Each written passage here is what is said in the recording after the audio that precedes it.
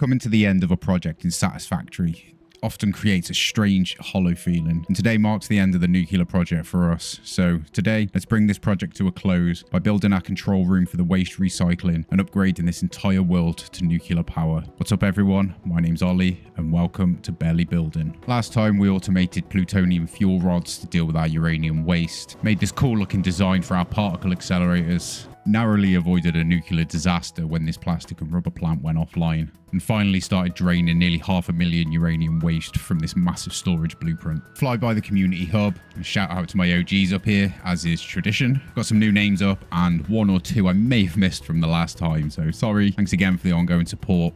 And if you want to get up on the wall, just sub to the channel and comment I subbed, as YouTube doesn't always tell me who is subscribed. So let's irradiate ourselves just a little bit longer. Today's plan is in 3 parts. Build an emergency storage room, set up all of the drones in the control room, and then replace all our fuel generators around the world with nuclear. This floor here is basically going to be our oh no, the whole world is on fire emergency button, and hopefully we'll never need it, but knowing me, we probably will. I've thrown this design together, and once this is spread all around the room, it'll be able to hold an absolute boatload of storage. Our waste is going to arrive into these smart splitters here, which are just passing through right now. But once we've got this belted in, we'll be able to just copy and paste the settings from these placeholder smart splitters into these ones. It will reroute all the waste into the storage and give us time to deal with whatever the problem is. As we're not burning all the fuel rods straight away, we're not automatically dealing with 2500 waste, so we do have time to drain it when we need to. This floor here is going to be the brain of the whole operation, which is terrifying because I'm the one building it. I want an elevator to run all the way down the build to the bottom floor, so we're going to use this center circle as a center point, chuck a foundation down and extend out maybe 4 in each direction. And my plan is to have the input and output section of the drone ports inside the building, so we can kind of nudge the drone port into the right place that we want, and then when we run a wall right down the middle, we get this kind of design where the inputs and outputs are inside and the drone itself is going to be outside. With all of those placed in, I quite like this. This looks really good. I'm quite happy with this. Belt-wise, we're going to limit each drone port to 300 per minute just to make things safe and make sure we have no throughput issues with waste. So 8 drone ports gives us 2400 capacity. We have potential for 2500 waste. So some of these have got smart splitters on. We're just going to have to be very careful how we manage the waste coming into the building. And I thought it could look cool if we encase all of these in glass. We'll get to see the waste coming through here, which also means if it stops, we know that we've got a problem somewhere in the world. But before we do any of that, I want to test it. I've set up a few temporary drone ports down here. And what we can do is feed this waste in, chuck a couple of drones down, and send those up and see if this starts working. I've disconnected the line coming from the tub over there with the nuclear plants in, so that can move up on its own. So let's give these drones a test and just see how that works. And since we're just sinking plutonium, I figured why not use plutonium to power the drones? And it looks to all be working fine. So now we just got to let this run for a while and drain out. It didn't take half as long as I expected. 500,000 waste gone, deleted. I feel like I should get a medal for this. So we can move on to tidying this area up and making it look properly finished.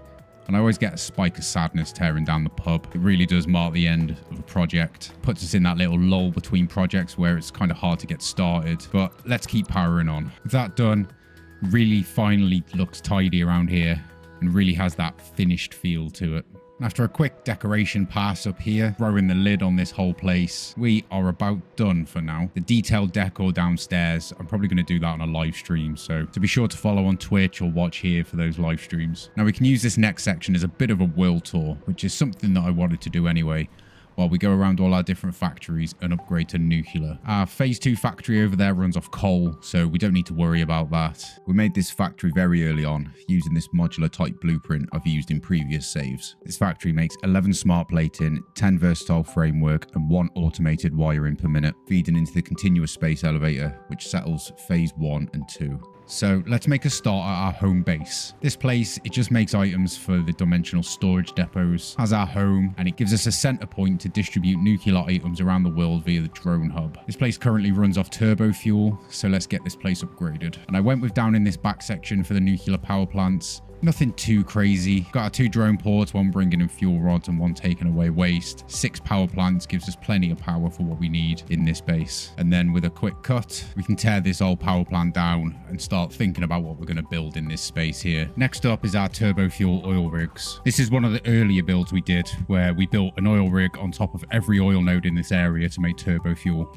It's horribly inefficient now, as we have access to better tools, but we needed nuclear to upgrade it, and that upgrade will come in another episode. For today, I think we use this central section. We don't need a lot. 3 reactors is enough to power this whole place. Nothing fancy, we've just put it down in this nice open space. Let's rip out this power plant, and we can park this area for now. The final factory to upgrade is our Phase 3 Mega Factory.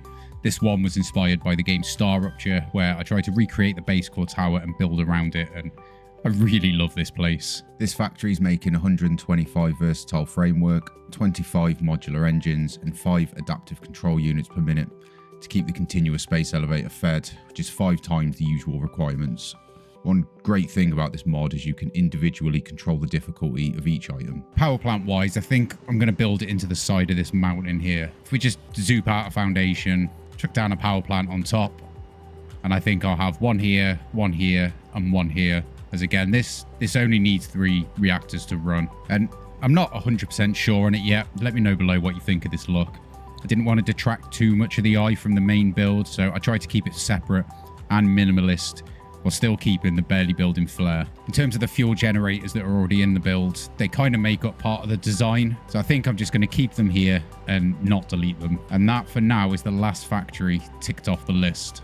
And you may have noticed that all of those areas have their own power plants. It's a challenge I'm doing to make local power plants at every single factory, which comes with a degree of organization that we need to keep on top of. I made this fuel management board for the turbo fuel originally, which we've now swapped over to nuclear fuel rods. We have 50 per minute available. I've plumbed in what we're using already. We've got 37 per minute left, which is about 462,000 megawatts. And yeah, I do already have plans to abuse it. You'll have to subscribe to see if that'll be enough. Similar case at the waste processing plant. I have this management board up to track what's coming in via each drone. We're up to 650 per minute coming in so far, with 2 drones now completely utilized. Can we just take a minute to look at how ridiculous plutonium powered drones look?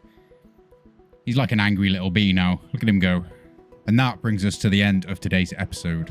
Next time we make a start on the Phase 4 plant, and that's not something you want to miss, as we fill this entire area with a huge factory and juice up the difficulty on the continuous space elevator. This factory is going to make 35 assembly director systems, 36 magnetic field generators, 7 nuclear pasta, and 21 thermal propulsion rockets. So it's going to be a monster. Until then, guys, don't forget to sub and comment. I subbed to get you up on the community wall, and I will see you in the next one.